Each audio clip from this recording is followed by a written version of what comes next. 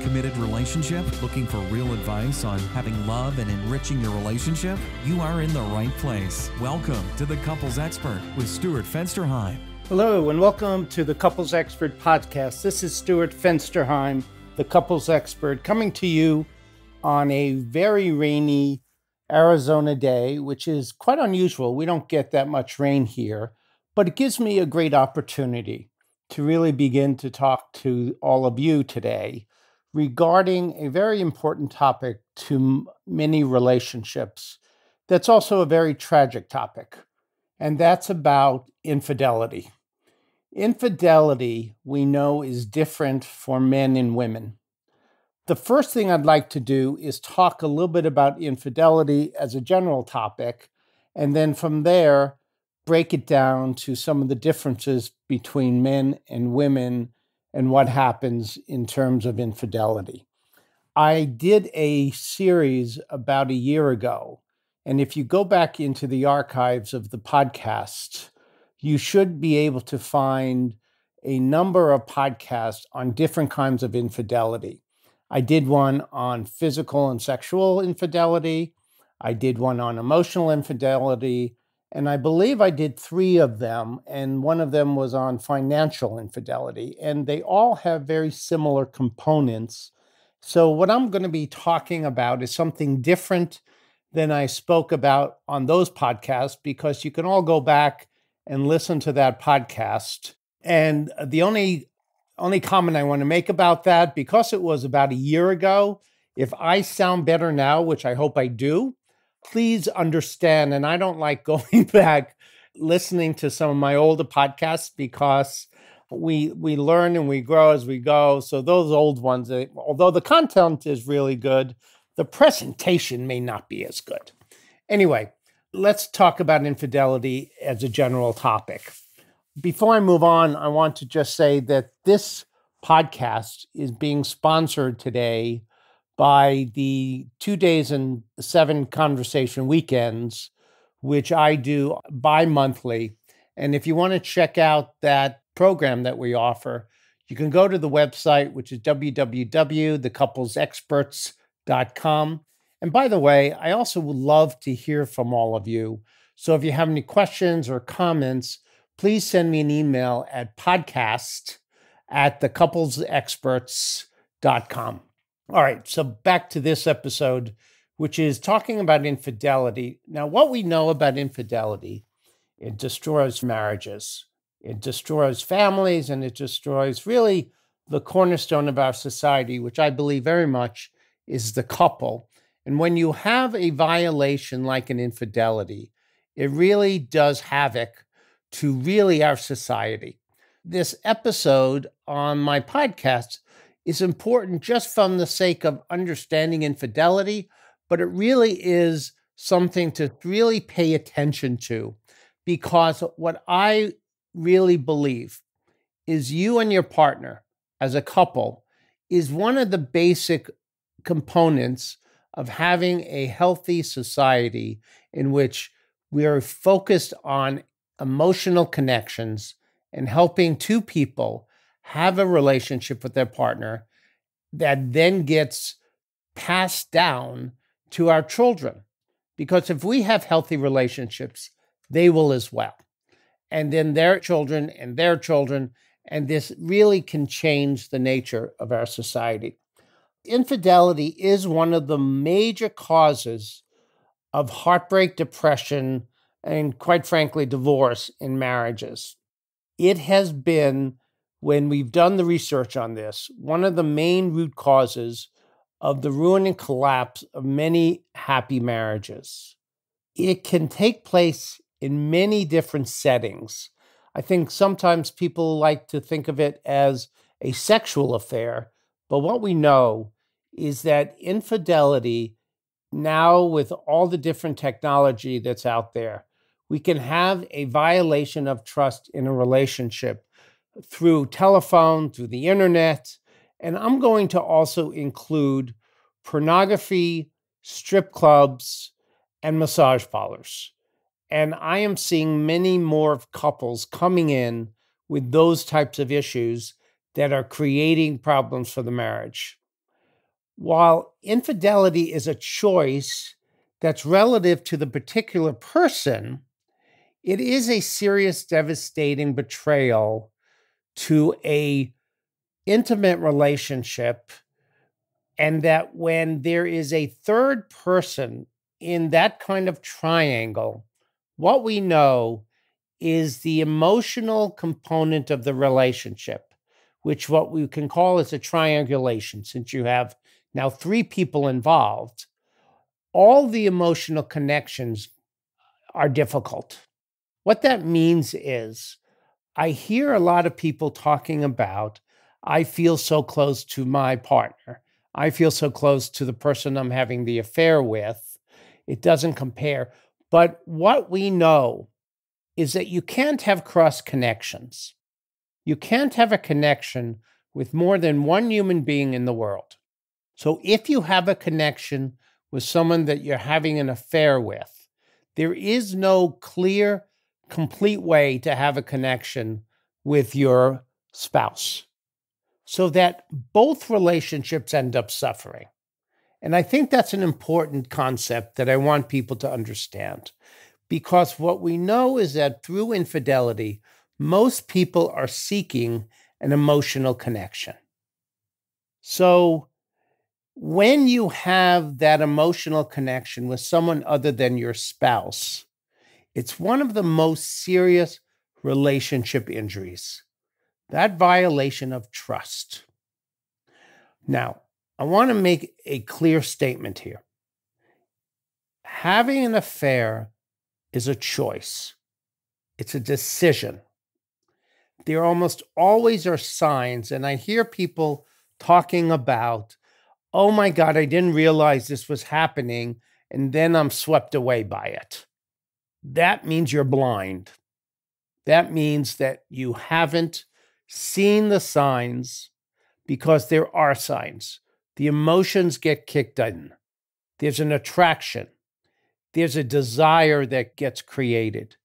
And one of the things I'm not going to talk a lot about today, because I talked about this in my last few podcasts on infidelity. If you begin to feel attracted to someone, it behooves you to look at your partner square in the eye and say, we're in trouble. I'm having feelings outside our marriage. Now, that's a huge thing to say to somebody, but it's nowhere as big as turning to a partner and saying, I'm having an affair. I'm scared of having an affair. I'm feeling emotions for someone else. I want us to deal with this right now so it doesn't become more than this.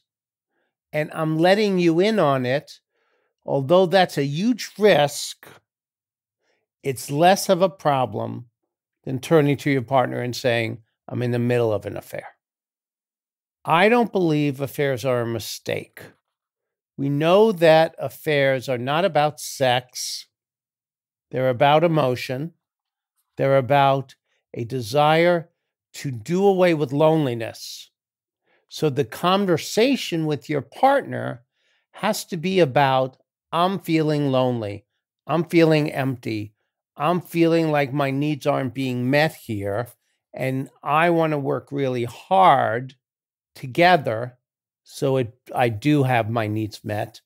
And an awareness that if your needs are not being met, I guarantee you, your partner's needs are not being met. So the conversation then becomes, what about you too? How do you feel like we're doing? What can I do as your partner to make it so that your needs are being met as well as mine? If it's about a lack of intimacy, you can have a conversation about that. You can work on that. You can seek help for that. Infidelity is one of the most difficult challenges that any marriage or committed relationship can have. It's one of the toughest things to recover from. But recovery from an infidelity is possible. And we'll be talking about that as we move on here. But for the most part, I want to send the message, it's a horrible thing for any relationship to go through, but it's definitely something you can heal from, recover from, and create a new kind of relationship for you and your partner. It also creates havoc for your mental health. So not only does it have a relational issue, it has a very deep, vulnerable personal issue, particularly if we're talking about people who have had these experiences previous in their life. What I find quite interesting when we start talking about infidelity, I think we're talking about a whole generational issue, an issue that's about if there's someone in the family, in your family of origin, that has had an affair. My experience, and this is not a research thing that I'm talking about, but it is a most interesting thing for me as a couples counselor, because when I talk with people where affairs have gone on, it is almost half, if not more, of those folks had family members, parents, siblings who also had affairs. So there's a component here that does say that if you deal with these issues now, you can stop an entire generation from having these kinds of difficulties. It needs to be looked at very seriously. Okay? Here are some facts about infidelity. It's an astounding statistic. The polls that they've done have showed that although 90% of people disapprove of infidelity, we know that 15% of women and 25% of husbands have had extramarital affairs.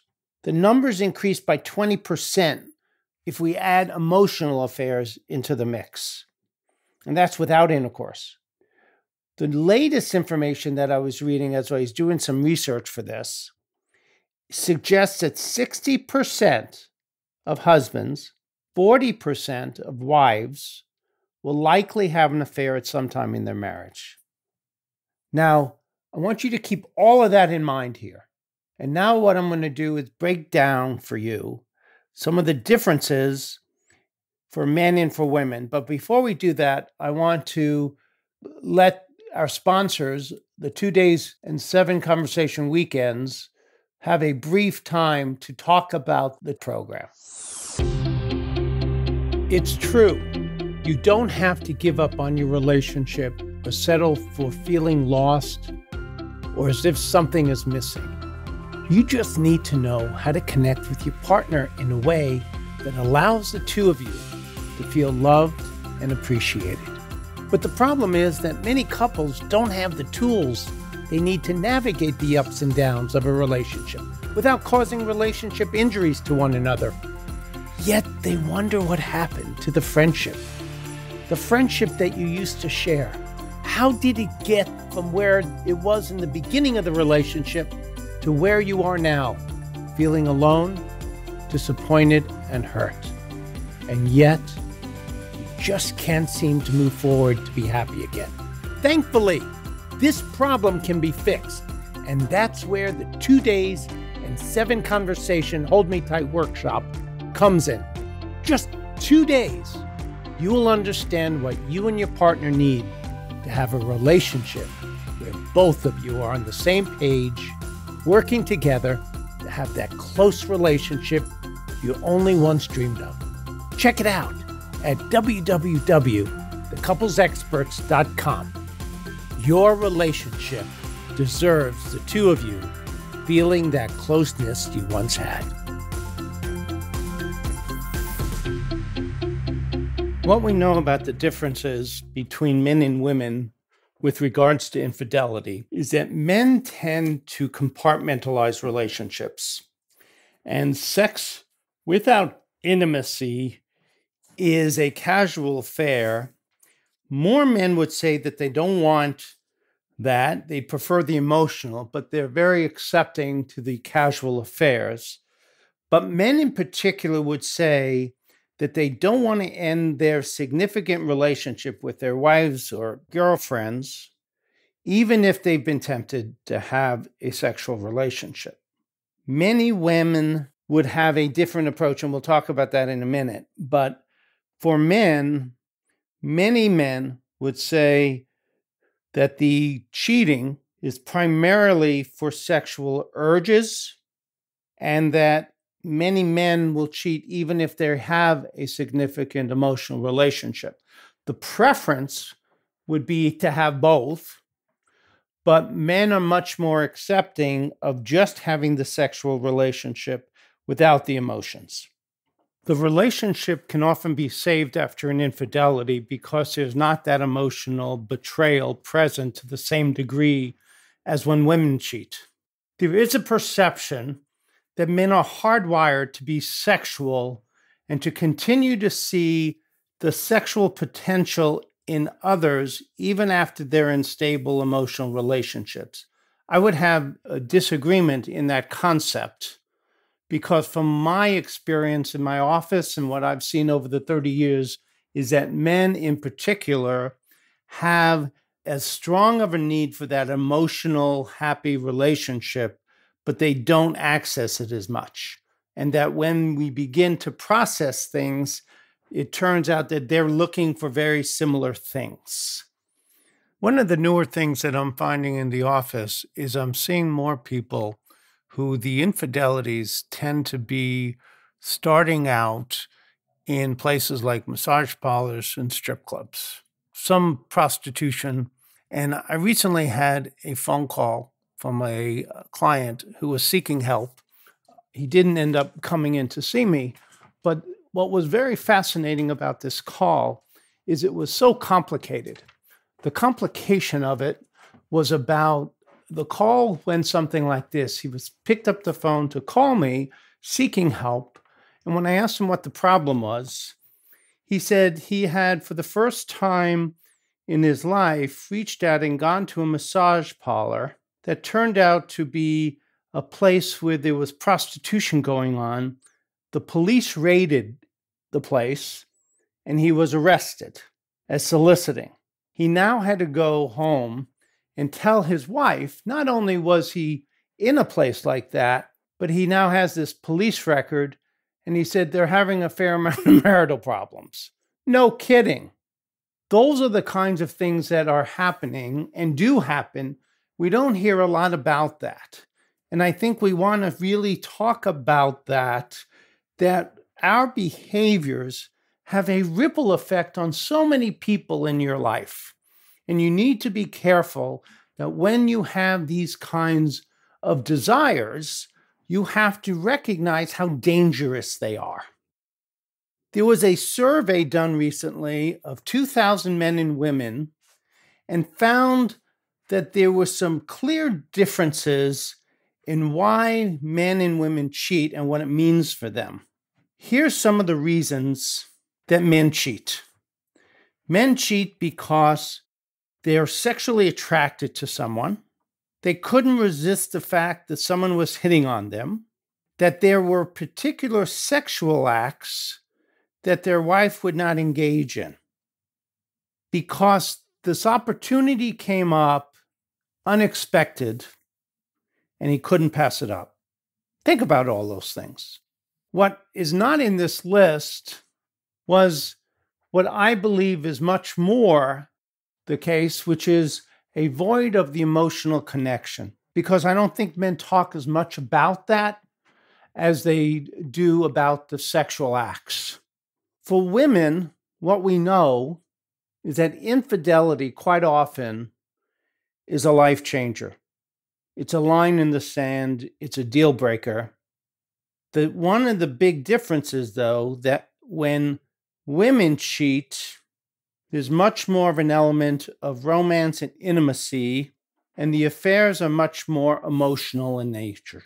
Since 1990, Esther Perel has been studying this, and she reports that the rate of married women who report they've been unfaithful have increased by about 40%, while the rate of men is about the same as it's always been.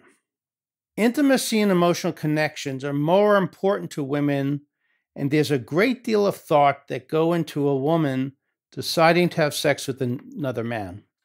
there are far more long-term risks for her than for men, particularly if we're looking at things like getting pregnant, diseases, children, family relationships. They seem to have a higher value for women in terms of their desiring to have an affair. Women are more likely to cheat when the current relationship's not going well. If you remember, I was saying that for men, they tend to be able to say, my relationship is fine, but there's just these elements, so I'm going to have this affair just because of that. For women, that happens less often. More women cheat when their relationship isn't going well.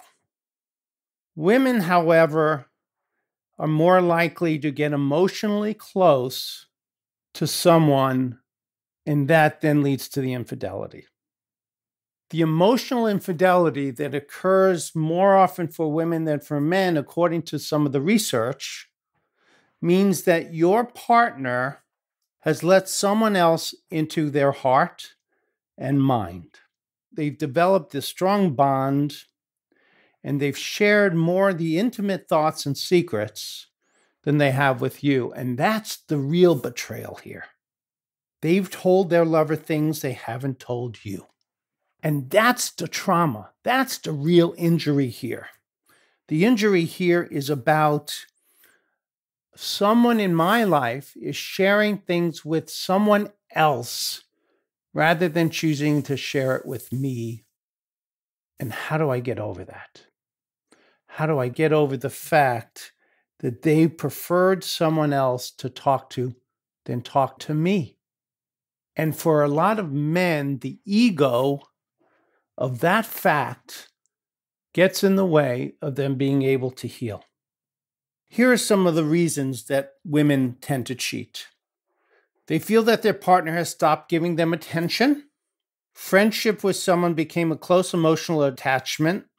There's a resentment that's built up regarding their role in their relationship, and that the partner might view them as just someone to watch the kids, clean the house, and meet their needs. We see more in the research that women's choices to have an affair is actually a reflection on them having a lower self-esteem. Sex is an issue for women as well, not enough sex. And then sometimes what we find in the research is that the affair is about a revenge affair regarding a partner that's had the infidelity. Now, the message for this podcast, more than anything, is that we have a lot of these issues going on, but healing and recovery is possible. As I said in the beginning of the podcast, infidelity is one of the most traumatic things of any relationship's experience. But I believe identifying the emotional and spiritual and character conflicts that contribute to the infidelity can be talked about in counseling. I've said this over and over again, and I want to repeat it here. If infidelity of any form is part of your relationship, you will not be able to heal this by yourselves. Not reading books, not going to workshops. It's going to require you getting in to see a counselor who is an expert on an attachment-based model. And because of that, they will be able to help you figure out the attachment needs that are missing. And the work is about reshaping your relationship. What it's not about, and so often this is the danger for not getting the help, it's not about going back to how it was before. Because what you had before is susceptible to an affair. You have to create something you've never had, a truly secure, stable relationship where both of you feel like every single one of your main attachment needs are being met by this particular person, and that you and your partner have taken the journey, and I jokingly call this, and I've been talking a lot about this, taking the journey to attachment land.